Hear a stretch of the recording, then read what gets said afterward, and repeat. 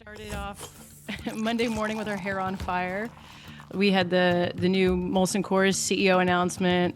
Rahul Goyal, who we had, you may remember him from having spoken at our summit 2 years ago in Palm Beach, and he's kind of the architect of the Coke partnership with Molson Coors and some of the other Beyond Beer stuff. But we were super surprised because everybody was like, "Why didn't they announce this at the distributor convention last week?" So, but at least we have some clarity now. So, welcome, Rahul. We very much look forward to working with you more. Yeah, it was surprising because it really didn't seem like they had their person picked. If they did, they were they had a good poker face. That's for sure. So, Yeah. um yeah, just a few days later and they got their person. So, I'd like to welcome to BeerNet Radio Hurray's Girl Beer founder, Ray Biebuyck, the fast expanding brand opening new markets and offering up cheeky marketing that some are calling the liquid death of beer. I guess maybe just some is me. Girl Beer is just a couple of years old, but they've made some waves winning Brewbound's 2024 Pitch Slam competition. You all pride yourselves with funny marketing like obscure references to Connor, which we'll get into, and sport drinkable 100-calorie, low ABV offerings in flavors like blueberry lavender and pineapple yuzu. So welcome, Ray. Thanks for having me. Stoked to be here. Yeah, absolutely. Okay, so who is Connor? Let's just start there. Like, is this whole branding like an inside joke? Because there's all these references to Connor in the marketing, or did I just completely miss the boat there? I'll give you some insider baseball. I wouldn't tell most people this, but when we were creating the brand identity, we were really thinking about what are ways that we can show up in retail that like other brands are just too what they're afraid to do, right? Yeah. Like how can we just like drive word of mouth marketing in the grocery store? And the other thing that we were kind of like struggling with was obviously with, having girl beer in our name, like it's polarizing, it's bold, but I think also people can misconstrue who's actually behind the product. And we were getting a lot of internet trolls that were being like, this must be Anheuser behind this. Like there's no like this is an industry plan. This ridiculous stuff. And we're like, okay, it's valid. Like we need to let everyone know this is like a majority female team. And so we're like, what are ways we can do this? And so we were first ideating like, by girls for everyone. We're like, like feels a little cringe and just like raw. It's giving like millennial girl boss a little bit. And we're like, maybe like, is it for everyone? Like, who is this not for? And then my intern was like, your ex-boyfriend. And I was like, okay, like, yeah, but there's just like no chance in hell that I'm gonna put that on packaging. Like, But no. like your ex-boyfriend or a She ex? was like, she was just like ex-boyfriends, our ex-boyfriends. Like Okay, okay. they're the ones who should be banned. And so I was like, it would be really bold to put their name. Let's not do that. And so we were just coming up with names that were like, arbitrarily, like felt oddly specific. It wasn't a Chad, it wasn't a John, it wasn't a Jake, but it was like, you know, Connor. And so it just totally we just ran with it. We were like, sure, let's just see what happens. And yeah, that's the insider baseball. I wouldn't tell that to most people though. That's fun. We love it that you just told it to lots of people on our pod. So thank you for that, Ray. But I just love that. I mean, Great audience to tell to. yeah, Connor, he's an everyman of sorts. Thank you, Connor. Okay, so well, let's talk about your origin story too, because you come from outside of the industry, but you had a very interesting path to starting this brand. I mean, you worked on Wall Street, and I think you worked very high up in WeWork, right? Like chief of staff for like Adam Yeah, well, I Neumann. was on teams surrounded by high up people. I was kind of like a lowly associate that was doing a lot of I have a traditionally finance background. But yeah, I was more like the little monkey doing all the things that the people high up wanted me to do. Yeah, yeah. So how did you come to starting your own beer brand and why? Yeah. So, I mean, it was a long journey. I guess for context, I'm from Vermont originally, and Vermont's just surrounded by so much beer. I think we have the highest number of breweries per capita and some of the highest beer consumption per capita in the United States. There are literally like 5 people that live in Vermont and they're just cold and want to drink like a double IPA inside Yeah. in the winter. And so I was surrounded by beer culture. My mom, and every gender drinking it. My mom was crushing magic hats on the dock in the summer. And so I always loved beer and grew up around beer. And then I went off into the world, outside of the little cocoon of Vermont and, did my stint in finance in New York. And had been in New York for nearly 8 years between undergrad and working. And that's when COVID hit. And I was like totally ready to press the reset button. I grew up ostensibly in the woods. And so New York City had become draining for me. And I was going to go like ski bum in Jackson, Wyoming and build mountain bike trails. And my dad told me, he was like, dude, you've never held a shovel in your life. You don't even mountain bike. Like, I don't know what you're talking about. I think he just didn't want to float my lifestyle, which is so valid. And so I instead got rid of my apartment in Vermont when COVID hit, moved back to, or my apartment in New York, moved back to Vermont. And Vermont is like a cool little startup ecosystem. Again, everyone sort of knows each other, but there are some unbelievable brands, the Seven Generations, Green Mountain Coffees of the world. And so everyone sort of like knows some founders. And I had gotten in touch with these guys who are running a small alcohol brand out there, making a whole, I think they like themselves to like an innovation hub. It was a very like zero interest rate environment kind of vibe, but making great products and predominantly focused on the Northeast. And they were vertically integrating in June of 2020, which was a crazy idea. So they really just needed help with like buying equipment, managing supply chain, all of those things. So started helping them out with that and helping run the day to day. And while I was there, we were making this canned light wine concept, predominantly targeting women.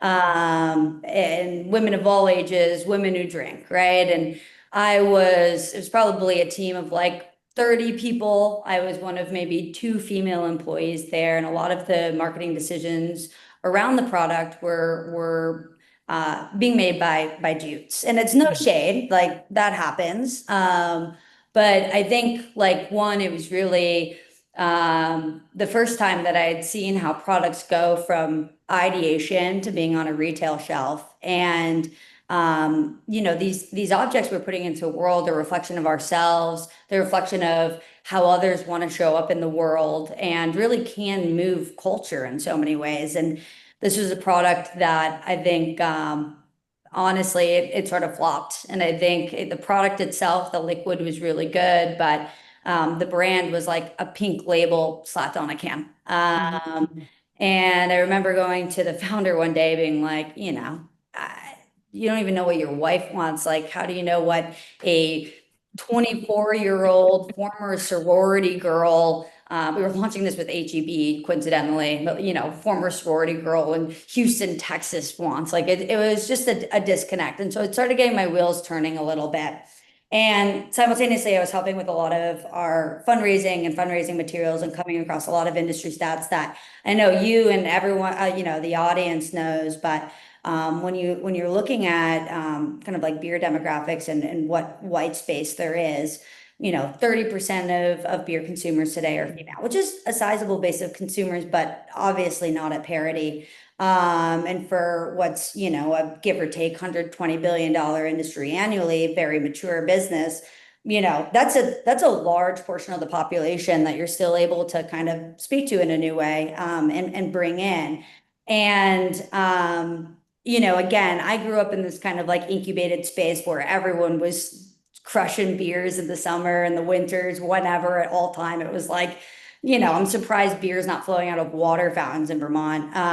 But when I went to NYU undergrad and there was a girl in my sorority, I remember she was like, I would never have a beer on a first date. That was like the first, like, I was like, that's so odd. And it was clear that it's a systemic problem within beer. And it's not for a lack of trying, but I think, it will really take a new entrant and kind of a new way to break that. And so, the other stat that I'll give that I think is kind of less referenced and perhaps even more important is that as you think about the future of alcohol consumption, it's the first time in history the majority of alcohol consumers under the age of 25 are female.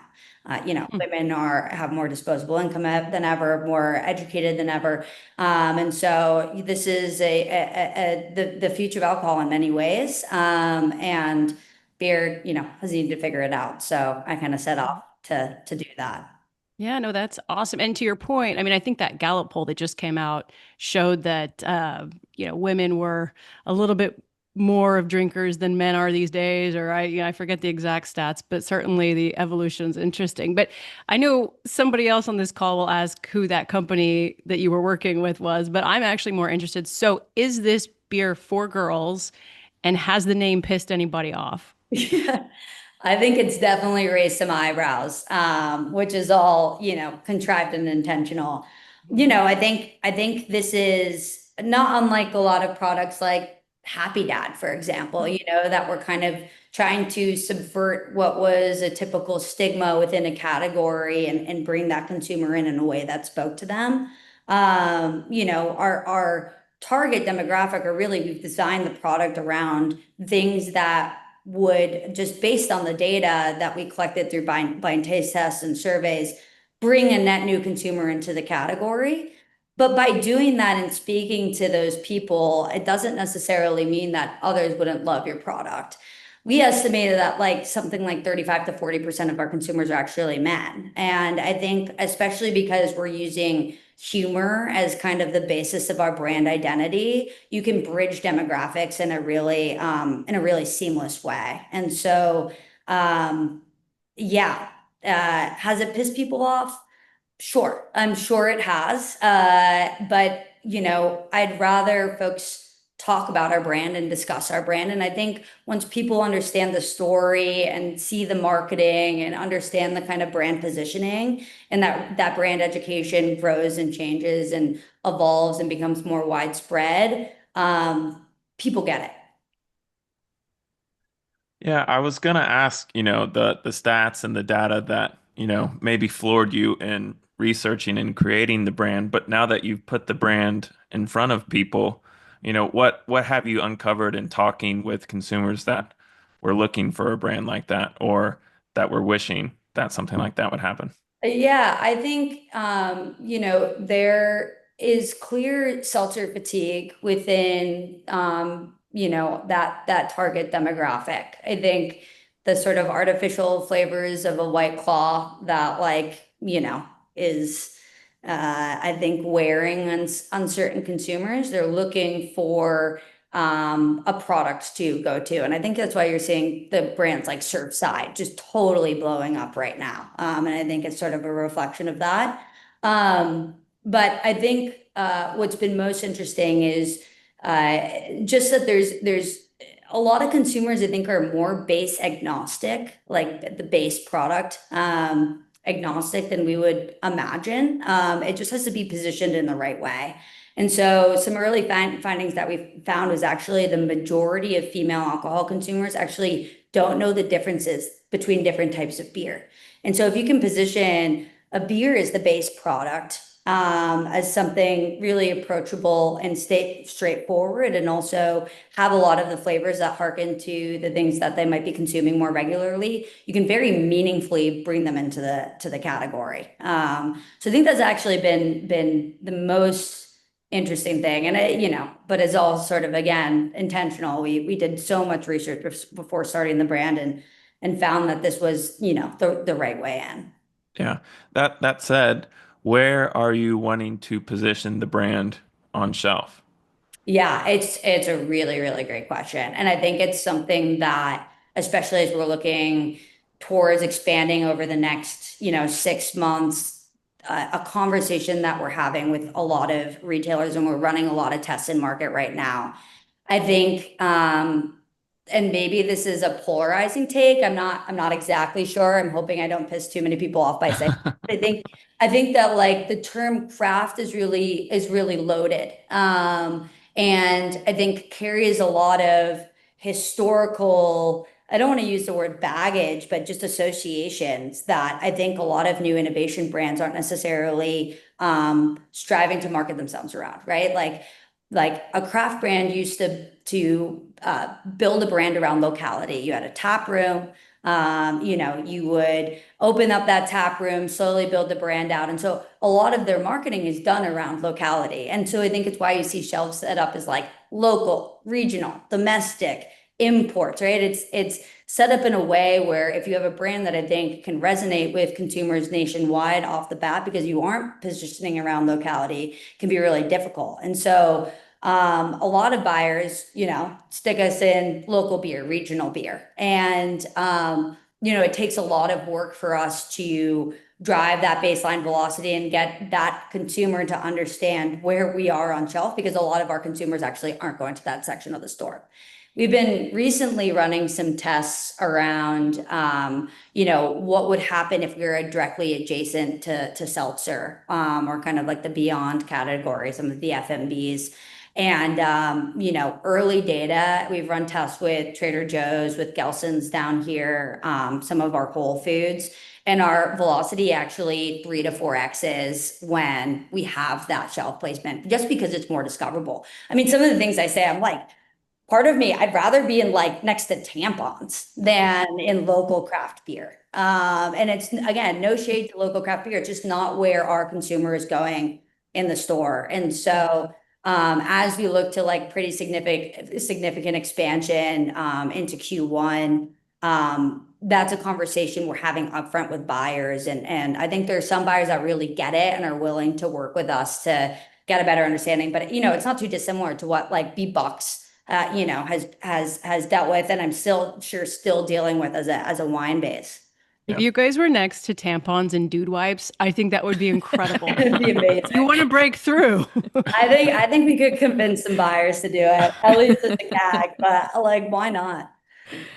Dude wipes. But I would say that your flavor profile is somewhat niche, right? Because let me pull it up. It's blueberry, lavender, and pineapple yuzu light beer. I mean, that's not really mainstream in terms of like a beer flavor profile. So is that pulling from those seltzer drinkers, to your point about being positioned in that section on shelf, or like who's like yearning for those types of flavors? I mean, I know I kind of am, but I'm also not like a typical beer drinker. Yeah. And I think some of this is, our early data is in Southern California, where things like yuzu are absolutely taking off, and it has become mainstream in at least like our neck of the woods. And so, it's interesting. I think, well, one, yes, I think it'd be interesting to see some of the like numerator data on this. And, whenever I can scrounge up enough money to see the basket data, I'm very excited to see how it shakes out. But I think, just anecdotally, certainly a lot of seltzer drinkers, or like, when I'm doing some of our samplings at Whole Foods, it'll be like, I'll always ask, what do you normally drink? And they're like, margaritas. I'm not really a beer drinker. And then when they try it, they're like, oh, sick, this is amazing. But to the point on flavors, I think, we're again moving out of California, going to other states, and that kind of flavor profile is really top of mind as we're looking to expand. And so we're expanding kind of our flavor set to be, some are a little bit more approachable. You can understand it with your mind's eye. Some are, this kind of double flavor that's like this unique combo. Just to make sure that, we're not only doing really well in the natural channel, but as we move into these larger format retailers, really speaking to many different types of consumers that have different like flavor experiences. And then I'm curious, you mentioned expansion a few times. What can you share about the new markets you guys are opening, and when, and who you're going with, and the retailers and all of that? Yeah. No, it's super exciting. I guess for context, we launched in Southern California in the fall of last year. Southern California has some crazy DSD shakeups right now, and it's really hard to land a distro early stages. So we were for the better part of like 7 months doing deliveries out of quite literally our delivery drivers Toyota Camry, which as a side note, if anyone is wondering, carries 40 cases of beer. And it was brutal. Yeah. We signed, we got some excitement from Albertsons to take us in for fall mandates, which I think really helped loosen some of the conversations around distribution. And we signed with Straub to cover LA and OC territories. And after we launched with them quite literally like 60 days ago. So this is like brand spanking new. But since we signed with them, there has been really quite a deluge of retail interest. And so, across multiple states. So we're looking at an expansion for nearly full state California, Arizona, New Mexico, and Texas, across a slew of retailers from Walmart, Sprouts, Albertsons, HEB, Trader Joe's, Whole Foods expansion. The list keeps going, but a really, really great set of retailers. We're probably going from like, I don't know, give or take 300 doors today to mandated over 3,000 in Q1. So we're gearing up for a pretty significant expansion here. Nice. And then a mix of AB and Molson Coors wholesalers or Yeah, mix of AP and Molson Coors. cool. And supply, you guys are confident in that, right? Yeah. I mean, I'll call out the elephant in the room. We were actually manufacturing the 21st Amendment.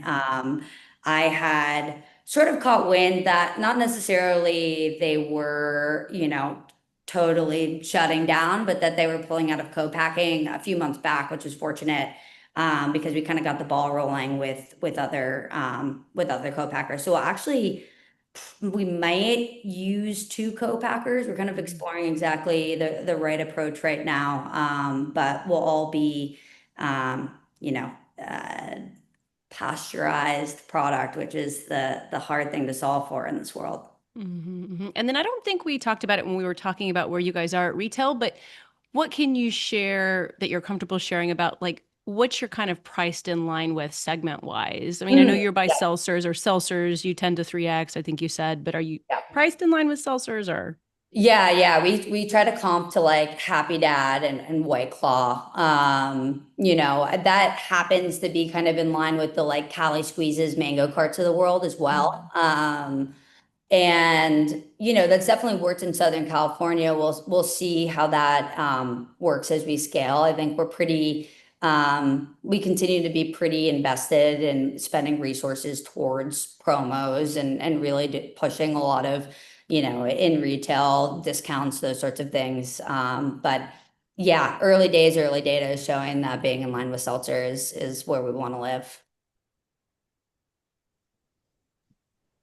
Are you what kind of occasions are you targeting? Are you targeting more beer occasions or knowing that, you know, women kind of have a more affinity to wine and spirits? Are you trying to bring back beer into some of those wine and spirits occasions? Or how are you kind of looking at all that? Yeah, so when we launched with, predominantly Whole Foods was kind of our core focus, Bevmo and Total Wine as well. But, a lot of our kind of like Bevmo and Total Wine takes, so much work getting, discoverability in store. Those places are massive. And so we were seeing at least out the gates a lot of focus at Whole Foods and a lot of early like quick velocities. And I think Whole Foods as a store naturally is kind of more of like, it's smaller pack sizes, a lot of emphasis on 6 packs, so naturally those are for, dinners and maybe picnics and, going to the beach with your friends, those sorts of things. Just because, that's a channel we were in. As we're expanding with larger format retailers like Walmart, Albertsons expansion, those sorts, HEB. We're actually introducing 12 packs, which I think is really the occasion that we want to go for, right? The barbecues, the parties, large pack size occasions is really where we want to live. So yeah, I think like chain has sort of dictated that a little bit of what I think has naturally happened, but what we Uh-oh. Uh-oh, hopefully she'll dial back in. Quick, everybody talk about Ray. That's okay. We'll just cut it in I don't post. I don't know if we've ever seen that before. Her publicist was like, She, no. she The AI teleported. note taker Yeah. came back. If I can't be here, nobody can. Can y'all hear my mower out there? I was like, No, man. No. no, we're good. You hear it now? No, Okay. no. Well, that's a good microphone, I guess. I'm always the one talking about the background noises that nobody hears. I'm sure Harry hates that. Oh, I'm Are you sure, okay? yeah. Harry picks it up. But Do y'all hear what that? mm-mm. No? Seriously? Okay, go ahead. I'm No, sorry. I worry about my fans sometimes. I turned off one of them, but I got the doubt. ceiling fan going. I doubt you'll hear it. I don't hear it at all if you've got Okay. it on now. The funny thing is you can't hear that, but you can always hear Harry's dogs in the background. Yes. Yeah, lapping up water. Yeah. Yeah. Ah. What happened to Mr. Bones sitting in the hand behind you, Jen?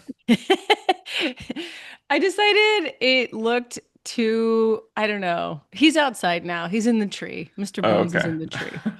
So, but we can bring him back in if people. Somebody said something. Oh, Kim McKinnish said so. Here we go. She was like, "What is that?" I was like, "All right, I guess it's time to move it."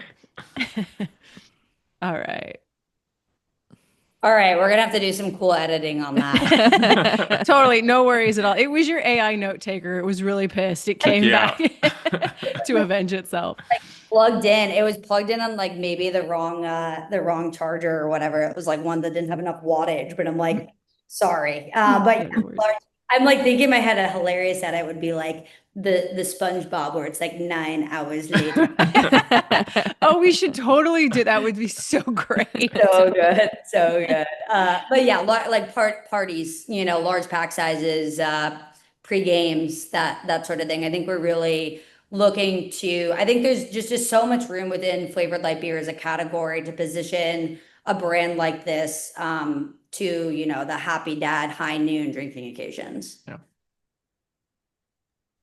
I guess my other question would be a little bit more about the marketing. When somebody encounters this brand, is the first time they're likely to encounter this brand at retail, sampling, social media? Like, how have you guys designed that? Yeah, I mean, I think we go in with the assumption that at this stage, probably no one has ever heard of you, and to make sure that we can do a lot of heavy lifting in each of those kind of those brand awareness places. And so right now, especially as we're looking to expand, a lot of our marketing resources are going towards, in retail marketing. So we view the store as our billboard. It's really just such an unbelievable opportunity. I think that a lot of brands actually don't take advantage of. And it's not to say that they don't, get case stackers and, do in retail marketing, but I think that they approach it in a way that maybe builds the brand aesthetic and recognizability, but doesn't necessarily drive narrative.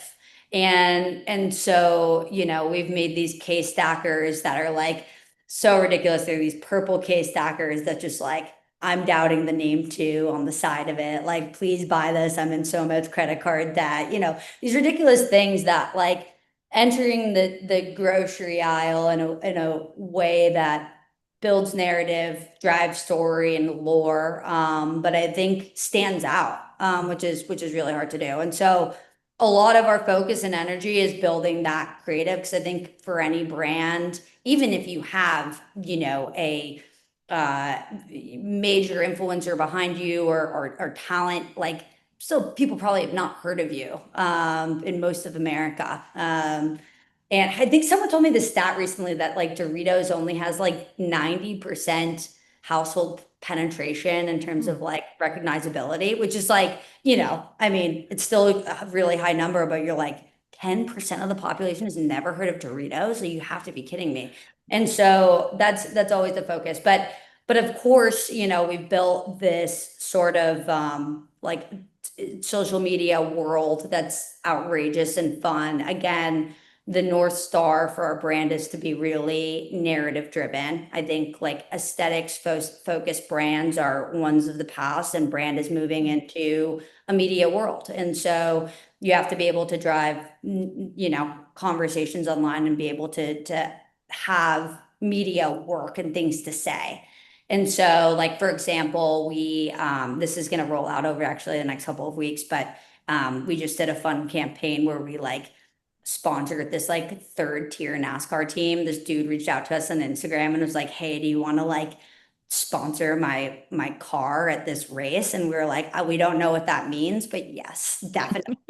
And so we like sent our social media manager out to Shenandoah, Virginia. And it's just like this content of like girly pop at this NASCAR race in Shenandoah, Virginia, taking all this fun content. And that's, it's just fun ways showing up and online like that. And so I think you just have to approach it in a lot of those ways. I think there are ways that we don't want to spend money on. I think there are a lot of things that, at least at this stage, don't have like direct ROI. Things like really big sponsorships. For example, we get asked a lot to do like, will you give us $20,000 to sponsor our event? And honestly, like, no. Like, it just isn't going to do anything for us. It doesn't necessarily, maybe it drives some Instagram followers, but we haven't seen a direct correlation to that really driving direct conversion at retail. So we want to put all of our marketing spend towards things that will help our product sell. Yeah, I mean, that's really smart. And I also just had to get this plug in here that you're going to be speaking at Making Moves next month with some of the top marketers from Heineken and Constellation, because it's all about branding and what we can do in the beer industry to kind of be better. And I just, I love your outside of the box thinking and things like that. So yeah, so for people who haven't signed up for Making Moves, please do. And I think that was my last comment question. I don't know, B or Jordan, if you have anything else. Bianca? I mean, we've talked a lot about branding, but it's just interesting because obviously your sense of humor taps into like the media literacy and the ways that Gen Z uses the internet. And I'm kind of newish to the industry. I've been around for a few years, but I think something that struck me at like industry events is how much hand wringing there is from like old men on stages about appealing to Gen Z. And I know you kind of referenced that, in your prior alcohol company you were working with about them just not knowing what their wives want, let alone like a 24-year-old woman. And so I guess just like what's the secret sauce to appealing to Gen Z, or like what do you think like the rest of the industry needs to learn about that, because it still is something that's been discussed for several years. I don't see a lot of like moving the needle on. Yeah. Man, it's such a good question. I think the hard thing is that there um, is no one way to do it. If you think, I guess to take a step back, why I think that, today, my theory and kind of, a lot of the sort of like pillars of what we go back to when we think about our brand is that we need to work not only on the shelf, but in the algorithm. And so I think the issue with a lot of brands that are, and that's how you're going to reach Gen Z audiences. That's where they're living. That's where they, see new brands. That's where they discover new things is online. It's just a totally different world. And so to get something to work on the algorithm, it needs to work on the algorithm. And it's really hard because a lot of brands, especially brands that started maybe pre-TikTok era, have a hard time showing up authentically online because the brand wasn't made to show up authentically online. Their brand was made to stand out on shelf, be like a cool, cute thing or whatever it might be, like a beautiful new can, speak to audiences directly at the store level. And so I think something as brands kind of move into this era that is frankly ever evolving and ever changing. I mean, even TikTok getting, acquired by a new consortium, it's going to change the algorithm and change the ways we want to show up online. But it's all to say, I think brands, even if they are physical retail brands, need to think about how they position themselves online. And that is often through copy and voice rather than a visual identity. And I think that's kind of the crux of it. So I'd say that's been, the thing that we've focused the most on. And I think the second thing is, again, the algorithms want to position any sort of account towards a very specific audience. And I also think because of that, consumers of that era are used to being fed media that is for them. And that naturally is going to translate into how they're consuming products and how they purchase, right? And so being really thoughtful about who you're targeting, and even a maybe more specific and pointed way is ever more important. And again, if you set up the brand in the right way, it doesn't necessarily need to ostracize another consumer. But it does allow you to really hit with a specific community that will then drive word of mouth marketing and can slowly disseminate elsewhere. So I think those are like the two things that we really focus on. I think are fundamental shifts in consumption and kind of just social habits generally, especially with that generation. I think it'll even become more pronounced when you get into Gen Alpha and start, those kids grew up on iPads. And so it's just even more pronounced. So that's how we think about it. It's a really great question. Awesome.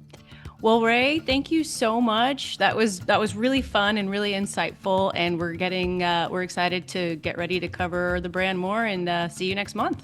Love it. Can't Yes, wait. indeed. Thank you, Ray. Thank you guys. Bye.